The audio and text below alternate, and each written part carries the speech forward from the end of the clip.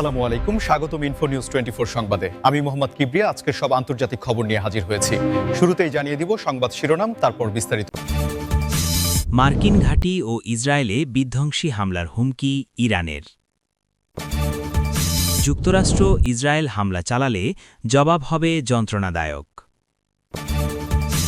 ইরানে হামলা চালাতে নিজেদের ভূখণ্ড ব্যবহার করতে দেবে না আরব আমিরাত। ইউক্রেন যুদ্ধে 12 লাখ সৈন্য খোয়ালো রাশিয়া। যুদ্ধবিরতি সত্ত্বেও গাজার রাফাহ ক্রসিং বন্ধ রাখতে ইসরায়েলের অজুহাত। আসসালামু আলাইকুম, স্বাগতম জানাচ্ছি ইনফো নিউজ 24 সংবাদে। আমি মোহাম্মদ কিবরিয়া। এতক্ষণ শুনছিলেন সংবাদ শিরোনাম, এবার বিস্তারিত। এই বিষয়ে আপনার মতামত কমেন্টে জানান এবং যুদ্ধের সব আপডেট আগে পেতে চ্যানেলটি সাবস্ক্রাইব করে যাবেন। ইরান সরাসরি মার্কিন সামরিক ঘাঁটি ও ইসরায়েলে বড় ধরনের হামলার হুঁশিয়ারি দিয়েছে, যা বিশ্বজুড়ে নতুন উদ্বেগের সৃষ্টি করেছে। ইরানের পক্ষ থেকে আসা এই হুমকিটি কেবল মৌখিক আস্ফালন নয়, বরং এর পেছনে রয়েছে দীর্ঘদিনের পুঞ্জীভূত ক্ষোভ এবং সাম্প্রতিক নানা সামরিক সংঘাতের জের, যেখানে দেশটি দাবি করছে তাদের সার্বভৌমত্ব বারবার লঙ্ঘিত হচ্ছে। আপনারা হয়তো লক্ষ্য করেছেন যে ইরান তাদের অত্যাধুনিক ড্রোন এবং মিসাইল সক্ষমতা নিয়ে গত কয়েক বছরে বেশ শক্তিশালী অবস্থানে পৌঁছেছে এবং এখন তারা সরাসরি মার্কিন স্বার্থ সংশ্লিষ্ট এলাকাগুলোতে আঘাত হানার কথা বলছে। এই পরিস্থিতির গভীরতা বুঝতে হলে আমাদের দেখতে হবে কিভাবে মধ্যপ্রাচ্যে মার্কিন সামরিক উপস্থিতি ইরানের জন্য একটি বড় উদ্বেগের কারণ হয়ে দাঁড়িয়েছে এবং একই সাথে ইসরায়েলের সাথে তাদের ছায়াযুদ্ধ এখন সরাসরি সংঘাতের দিকে মোড় নিচ্ছে। বিশ্লেষকরা মনে করছেন, যদি ইরান সত্যিই এমন কোনো পদক্ষেপ নেয়, তবে তা কেবল একটি আঞ্চলিক যুদ্ধ থাকবে না, বরং তা তৃতীয় বিশ্বযুদ্ধের মতো ভয়াবহ পরিস্থিতির দিকে মোড় নিতে পারে, কারণ মার্কিন যুক্তরাষ্ট্র তাদের ঘাঁটি রক্ষায় সর্বোচ্চ শক্তি প্রয়োগ করবে। এই ভিডিওটি যারা দেখছেন তাদের উদ্দেশ্যে বলছি, এই ধরনের আন্তর্জাতিক গুরুত্বপূর্ণ সংবাদের আপডেট নিয়মিত পেতে আমাদের চ্যানেলটি এখনই সাবস্ক্রাইব করে রাখুন এবং আপনার মূল্যবান মতামত আমাদের কমেন্ট বক্সে জানান। ইরানের এই সামরিক প্রস্তুতির খবরটি আসার পর থেকেই বিশ্ববাজারে তেলের দামে বড় ধরনের অস্থিরতা দেখা দিয়েছে এবং আন্তর্জাতিক বিনিয়োগকারীরা বেশ সতর্ক অবস্থানে রয়েছেন। ইরান বলছে যে তারা আর কোনো উস্কানি সহ্য করবে না এবং মার্কিন যুক্তরাষ্ট্র যদি তাদের মিত্রদের ব্যবহার করে ইরানের কোনো স্বার্থে আঘাত করে, তবে তারা পাল্টা জবাব দিতে 1 সেকেন্ডও দেরি করবে না। এই উত্তেজনাকর পরিস্থিতির মাঝে সাধারণ মানুষের মনে একটাই প্রশ্ন ঘুরপাক খাচ্ছে, যে শান্তি আলোচনার মাধ্যমে কি এই সমস্যার সমাধান সম্ভব, নাকি অস্ত্রের ভাষায় চূড়ান্ত ফয়সালা হবে। আন্তর্জাতিক সম্প্রদায়, বিশেষ করে জাতিসংঘ এবং ইউরোপীয় ইউনিয়ন বারবার উভয় পক্ষকে শান্ত থাকার আহ্বান জানালেও মাঠ পর্যায়ের চিত্র একদমই ভিন্ন, যেখানে দেখা যাচ্ছে উভয় পক্ষই তাদের সীমান্ত এলাকায় সামরিক সরঞ্জাম বৃদ্ধি করছে। আমরা এই পরিস্থিতির ওপর কড়া নজর রাখছি এবং প্রতিটি মুহূর্তের আপডেট আপনাদের কাছে পৌঁছে দিতে আমরা প্রতিশ্রুতিবদ্ধ। তাই ভিডিওটিতে একটি লাইক দিয়ে আমাদের সাথে যুক্ত থাকুন। ইরানের এই হুমকির পেছনে কৌশলগত কারণ হল, তারা চায় মধ্যপ্রাচ্য থেকে মার্কিন প্রভাব কমিয়ে আনা এবং নিজেদের একটি প্রধান শক্তি হিসাবে প্রতিষ্ঠিত করা, যা ইসরায়েল এবং তাদের পশ্চিমা মিত্রদের জন্য বড় একটি চ্যালেঞ্জ হয়ে দাঁড়িয়েছে। যুক্তরাষ্ট্র বা ইসরায়েল কোনোভাবেই ইরানের উপর হামলা চালানোর দুঃসাহস দেখায়, তবে তার জবাব হবে অত্যন্ত যন্ত্রণাদায়ক এবং এই কঠোর বার্তাটি এসেছে ইরানের উচ্চ পর্যায়ের সামরিক নেতৃত্বের কাছ থেকে। তারা স্পষ্টভাবে জানিয়ে দিয়েছে, যে কোনো ধরনের আগ্রাসন বা আকাশসীমা লঙ্ঘনের চেষ্টা করা হলে তারা এমনভাবে পাল্টা আঘাত হানবে যা আগে কখনো দেখা যায়নি। এবং এই পাল্টাপাল্টি হুঁশিয়ারি বিশ্ব রাজনীতিতে এক নতুন মাত্রা যোগ করেছে। এই যন্ত্রণাদায়ক শব্দটির ব্যবহারের মাধ্যমে ইরান মূলত তাদের দীর্ঘ পাল্লার ব্যালিস্টিক মিসাইল এবং শক্তিশালী ড্রোন বাহিনীর সক্ষমতার কথা ইঙ্গিত করেছে, যা খুব সহজেই নির্দিষ্ট লক্ষ্যবস্তুতে নির্ভুলভাবে আঘাত হানতে সক্ষম। বর্তমান সময়ে যখন পুরো পৃথিবী অর্থনৈতিক পুনরুদ্ধারের চেষ্টা করছে, তখন এই ধরনের যুদ্ধের দামামা সাধারণ মানুষের জীবনযাত্রায় নেতিবাচক প্রভাব ফেলছে, যা নিয়ে সচেতন নাগরিক হিসাবে আমাদের ভাববার অবকাশ রয়েছে। ইসরায়েল এবং যুক্তরাষ্ট্র দীর্ঘ সময় ধরে ইরানের পারমাণবিক কর্মসূচি নিয়ে সন্দেহ প্রকাশ করে আসছে এবং বিভিন্ন সময়ে তারা ইরানের ওপর অর্থনৈতিক অবরোধ আরোপ করেছে, যা ইরানের অর্থনীতিকে চাপের মুখে ফেলেছে। কিন্তু ইরান নতি স্বীকার না করে বরং তাদের সামরিক শক্তি বৃদ্ধিতে মন দিয়েছে। আপনাদের কি মনে হয়, এই উত্তেজনার শেষ কোথায়? বা যুদ্ধের মাধ্যমে কি আসলেও কোনো সমাধান সম্ভব? কমেন্ট করে আপনার ধারণা আমাদের সাথে শেয়ার করুন। হামলার জবাব দেওয়ার ক্ষেত্রে ইরান কেবল নিজেদের ভূখণ্ডের উপর নির্ভর করছে না, বরং আঞ্চলিকভাবে তাদের যে মিত্র গোষ্ঠীগুলো রয়েছে তারাও এই সংঘাতে জড়িয়ে পড়ার সম্ভাবনা প্রবল হয়ে উঠেছে। মার্কিন প্রশাসন বারবার বলছে যে তারা সরাসরি যুদ্ধ চায় না, তবে তাদের স্বার্থ এবং মিত্রদের সুরক্ষায় তারা যে কোনো পদক্ষেপ নিতে প্রস্তুত, যা আদতে আগুনের শিখাকে আরও উস্কে দিচ্ছে।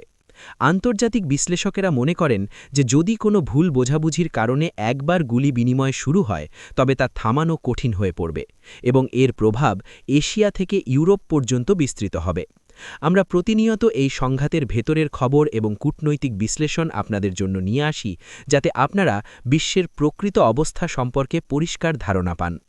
ইরান তাদের প্রতিরক্ষা ব্যবস্থাকে এখন এমন এক স্তরে নিয়ে গেছে যেখানে তারা দাবি করছে যে কোনো ইনকামিং মিসাইল তারা মাঝ আকাশেই ধ্বংস করে দিতে পারবে এবং তাদের কাউন্টার অ্যাটাক হবে বিধ্বংসী।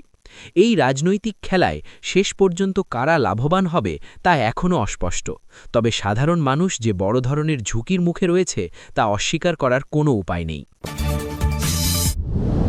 সংযুক্ত আরব আমিরাত সাফ জানিয়ে দিয়েছে যে ইরানের বিরুদ্ধে কোনো সামরিক হামলা চালাতে তারা নিজেদের ভূখণ্ড বা আকাশসীমা ব্যবহার করতে দেবে না। আরব আমিরাতের এই অবস্থান মধ্যপ্রাচ্যের রাজনীতিতে একটি বড় ধরনের মোড় হিসাবে দেখা হচ্ছে, কারণ দেশটি দীর্ঘদিন ধরে মার্কিন যুক্তরাষ্ট্রের ঘনিষ্ঠ মিত্র হিসাবে পরিচিত ছিল।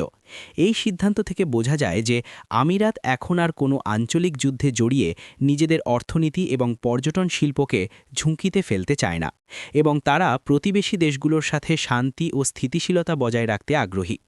আপনারা জানেন যে দুবাই বা আবুধাবির মতো শহরগুলো এখন বিশ্বের অন্যতম প্রধান বাণিজ্যিক কেন্দ্র, এবং যুদ্ধের ছায়া এখানে পড়লে তা বিশাল অর্থনৈতিক ক্ষতির কারণ হবে। আরব আমিরাতের এই নিরপেক্ষ অবস্থান নেওয়ার পেছনে ইরানের সাথে তাদের সাম্প্রতিক কূটনৈতিক সম্পর্ক উন্নয়নের প্রচেষ্টাও একটি বড় কারণ হিসাবে কাজ করছে। আমাদের এই সংবাদটি যদি আপনাদের কাছে তথ্যবহুল মনে হয় তবে বন্ধুদের সাথে শেয়ার করুন, যাতে তারাও বর্তমান বিশ্ব পরিস্থিতি সম্পর্কে জানতে পারে। এই সিদ্ধান্তের ফলে যুক্তরাষ্ট্র এবং ইসরায়েলের জন্য ইরানের ওপর সরাসরি কোনো অভিযান চালানো এখন অনেক বেশি জটিল হয়ে পড়ল, কারণ ভৌগোলিক অবস্থান অনুযায়ী আমিরাতের মাটি ব্যবহার করা তাদের জন্য কৌশলগতভাবে অনেক সুবিধাজনক ছিল। ওমান বা কাতারের মতো অন্যান্য জিপিসিসি দেশগুলো একই ধরনের অবস্থান নিতে পারে বলে ধারণা করা হচ্ছে, যা মধ্যপ্রাচ্যে একটি নতুন শক্তি বলয় তৈরি করছে, যেখানে দেশগুলো যুদ্ধের চেয়ে কূটনীতিকে বেশি গুরুত্ব দিচ্ছে। ইরানের সাথে উত্তেজনার মাঝে এই ধরনের সাহসী সিদ্ধান্ত আমিরাতের সার্বভৌমত্ব এবং তাদের স্বাধীন পররাষ্ট্রনীতির বহিঃপ্রকাশ ঘটায়, যা বিশ্বজুড়ে প্রশংসিত হচ্ছে। তবে ইসরায়েল এই সিদ্ধান্তে খুব একটা খুশি নয়, কারণ তারা চেয়েছিল আরব দেশগুলোকে সাথে নিয়ে ইরানের বিরুদ্ধে একটি ঐক্যবদ্ধ ফ্রন্ট তৈরি করতে।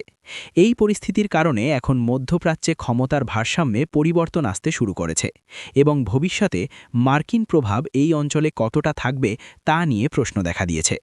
আপনারা যারা আমাদের নিয়মিত ভিডিও দেখেন তারা জানেন আমরা সবসময় নিরপেক্ষ সংবাদ পরিবেশন করার চেষ্টা করি, এবং এই খবরের প্রতিটি পর্যায়ে আমরা বিশ্লেষণ করছি। যুদ্ধের দামামা থেকে বাঁচতে এই ধরনের কূটনৈতিক পদক্ষেপ কতটুকু কার্যকর হয় তা সময়ই বলে দেবে। তবে আমিরাতের এই সিদ্ধান্ত বর্তমান উত্তপ্ত পরিস্থিতিতে কিছুটা হলেও শীতল বাতাস বয়ে এনেছে। রাশিয়া ইউক্রেন যুদ্ধের প্রেক্ষাপটে একটি চাঞ্চল্যকর তথ্য সামনে এসেছে, যেখানে দাবি করা হচ্ছে যে এই দীর্ঘস্থায়ী যুদ্ধে রাশিয়া প্রায় 12 লাখ সৈন্য হারিয়েছে, যা আধুনিক যুদ্ধের ইতিহাসে একটি অভাবনীয় সংখ্যা। এই সৈন্য হারানোর মধ্যে কেবল নিহত সৈন্য নয়, বরং গুরুতর আহত এবং নিখোঁজ সৈন্যদের সংখ্যাও অন্তর্ভুক্ত রয়েছে, যা রাশিয়ার সামরিক জনবলকে বড় ধরনের সংকটের মুখে ঠেলে দিয়েছে বলে বিশেষজ্ঞরা মনে করছেন। যদিও ক্রেমলিনের পক্ষ থেকে আনুষ্ঠানিকভাবে এত বড় সংখ্যার কথা স্বীকার করা হয়নি, তবে আন্তর্জাতিক গোয়েন্দা সংস্থা এবং নিরপেক্ষ পর্যবেক্ষণ সংস্থাগুলো বলছে যে যুদ্ধের ফ্রন্ট লাইনে রাশিয়ার ক্ষয়ক্ষতি কল্পনাতীত। আপনারা কি মনে করেন, এই বিপুল পরিমাণ প্রাণহানির পরও কি রাশিয়া এই যুদ্ধ চালিয়ে যাবে, নাকি তারা শান্তি আলোচনার টেবিলে আসবে? ইউক্রেনের প্রতিরোধ এবং পশ্চিমা দেশগুলো থেকে পাওয়া আধুনিক অস্ত্রের মুখে রুশ বাহিনী বারবার হোঁচট খাচ্ছে, যার ফলে তাদের রণকৌশলে বারবার পরিবর্তন আনতে হচ্ছে। এই যুদ্ধ কেবল দুটি দুটি দেশের মধ্যে সীমাবদ্ধ নেই, বরং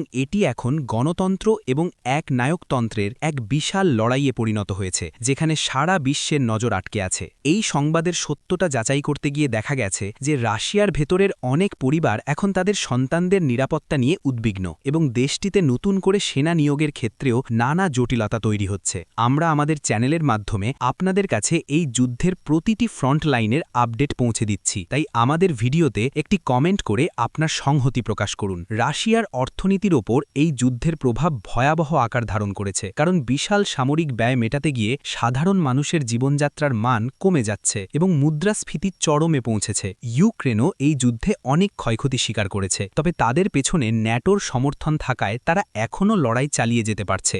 12 লাখ সৈন্যের এই হিসাবটি যদি সঠিক হয়, তবে রাশিয়ার জন্য এটি হবে গত কয়েক দশকের মধ্যে সবচেয়ে বড় সামরিক বিপর্যয়, যা পুতিনের নেতৃত্বকেও চ্যালেঞ্জের মুখে ফেলতে পারে। যুদ্ধের ভয়াবহতা আমাদের শেখায় যে শেষ পর্যন্ত জয় পরাজয় যাই হোক না কেন, মানবিক ক্ষতি হয় সবচেয়ে বেশি। এই ধরনের খবরগুলো যখন আমরা প্রচার করি, তখন আমাদের মূল লক্ষ্য থাকে যুদ্ধের ভয়াবহতা তুলে ধরা এবং শান্তির প্রয়োজনীয়তা প্রচার করা। রাশিয়ার এই সৈন্য হারানোর খবরটি বিশ্ব গণমাধ্যমে তোলপাড় সৃষ্টি করেছে এবং এর ফলে আগামী দিনগুলোতে যুদ্ধের গতি প্রকৃতি কোন দিকে যায় তা দেখার বিষয়।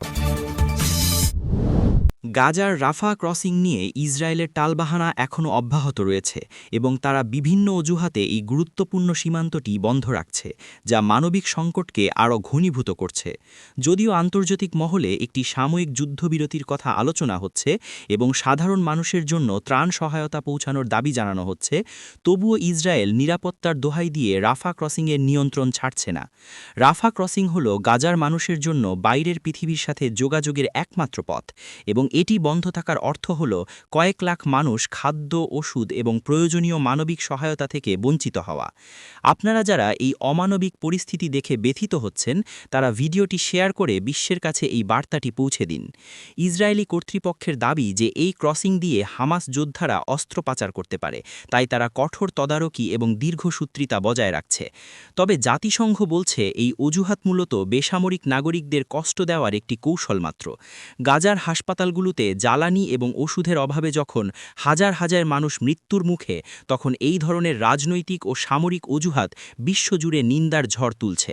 মিশর এই ক্রসিং খুলে দেওয়ার জন্য প্রস্তুত থাকলেও ইসরায়েলের সবুজ সংকেত ছাড়া তারা বড় ধরনের কোনো পদক্ষেপ নিতে পারছে না, কারণ সীমান্ত এলাকায় ইসরায়েলি ড্রোন এবং নজরদারি সার্বক্ষণিক সচল রয়েছে। এই ভিডিওটি যারা দেখছেন, তাদের প্রতি অনুরোধ, গাজার সাধারণ মানুষের জন্য আপনারা আপনাদের সোশ্যাল মিডিয়ায় সচেতনতা তৈরি করুন। যুদ্ধের দামামা এবং রাজনৈতিক মারপ্যাচের মাঝে নিরীহ শিশু এবং নারীরা যে অবর্ণনীয় কষ্টের শিকার হচ্ছে, তা ভাষায় প্রকাশ করা কঠিন। আন্তর্জাতিক মানবাধিকার সংস্থাগুলো বারবার রাফা ক্রসিং দিয়ে অবাধে ত্রাণ চলাচলের অনুমতি দেওয়ার দাবি জানাচ্ছে, কিন্তু মাঠ পর্যায়ের পরিস্থিতি খুব একটা পরিবর্তন হয়নি।